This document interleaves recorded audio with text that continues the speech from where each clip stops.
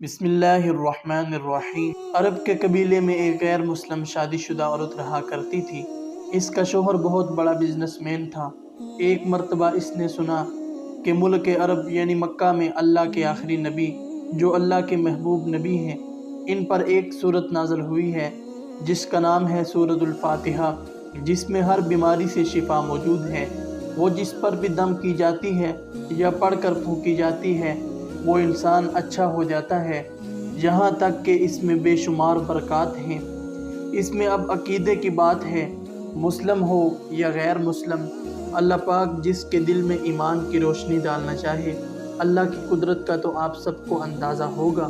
اب کسی شخص سے اس عورت نے سورۃ الفاتحہ سیکھ لی، پھر جب اس نے سورہ فاتحہ کا ترجمہ پڑھا تو اس کی آنکھوں میں آنسو آ گئے۔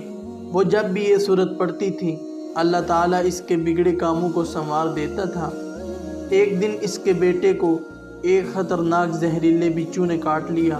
بڑے بڑے حکیموں طبیبوں کو بلوایا گیا، سب نے یہ کہہ کر جان چھڑوا لی کہ اس بچھو کا زہر بہت خطرناک ہے، اس بچھو کا ہم کچھ نہیں کر سکتے، تمہارا یہ بچہ بس کچھ ہی دیر کا مہمان ہے۔ ماں کا رو رو کر برا حال تھا اور شوہر اپنے خداؤں کی عبادت کر رہا تھا، ان سے مدد مانگ رہا تھا۔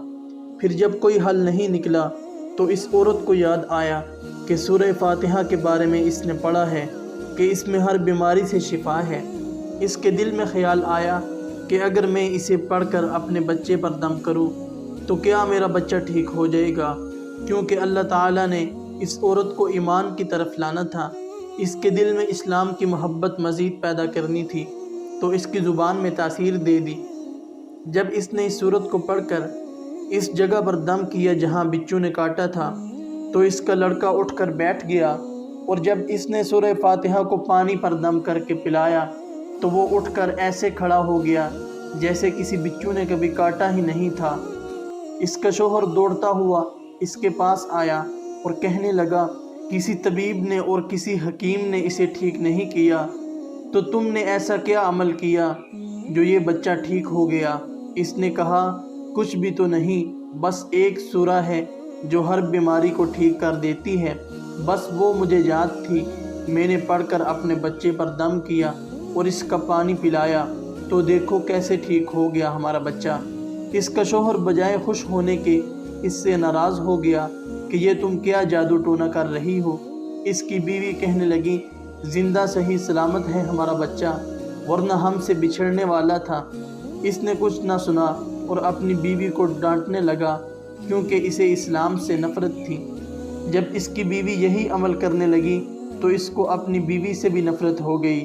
اب اس نے اس پر ظلم کرنا شروع کر دیا، ہر روز اس کو مارتا پیٹتا اور کہتا کہ اب میں نے تیرے منہ سے یہ سورہ سنی تو یاد رکھنا تیری کھال کھینچ لوں گا۔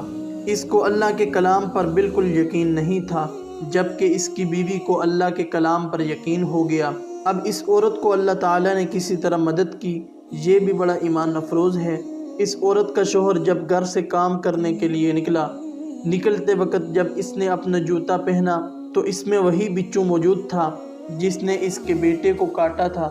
اس کے ڈنگ سے وہ بچہ تو بچ گیا مگر خود نہ بچ سکا، کیونکہ جب بچھو نے اس کو کاٹا تو زہر پورے جسم میں پھیل گیا اور تڑپ تڑپ کر وہیں دم توڑ گیا۔ خاندان میں یہ خبر پہنچی تو گہرام مچ گیا۔ اب شوہر دنیا سے جا چکا تھا۔ شوہر کے مرتے ہی اس کے گھر میں تو نوبت فاقوں تک آ گئی، وہ عورت قرضدار ہو کر رہ گئی۔ وہ بہت پریشان تھی، دل میں پھر وہی بات آئی کہ میں سورہ فاتحہ کا ورد کرتی ہوں، کیا پتہ میری پریشانیاں بھی دور ہو جائیں۔ پھر وہ زور زور سے سورہ فاتحہ پڑھنے لگی، چلتے پھرتے اٹھتے بیٹھتے سورہ فاتحہ کا ورد کرتی رہی اور اتنے اعتماد اور یقین سے پڑھتی رہی جس کا کوئی حساب ہی نہیں تھا۔ جب کوئی بندہ اللہ تعالیٰ سے امید لگاتا ہے تو اللہ تعالیٰ اپنے بندوں کی دعاؤں کو رد نہیں کرتا۔ پھر یوں ہوا کہ 7 دن کے اندر اس کو خوشخبری مل گئی کہ اس کے کاروبار کو سنبھالنے کے لیے اس کے شوہر کا دوست آ گیا ہے۔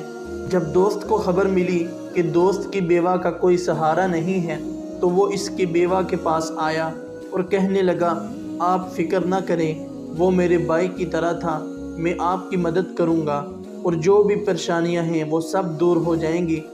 پھر اس شخص نے اس عورت کا سہارا بن کر اس کا پورا کاروبار سنبھال لیا۔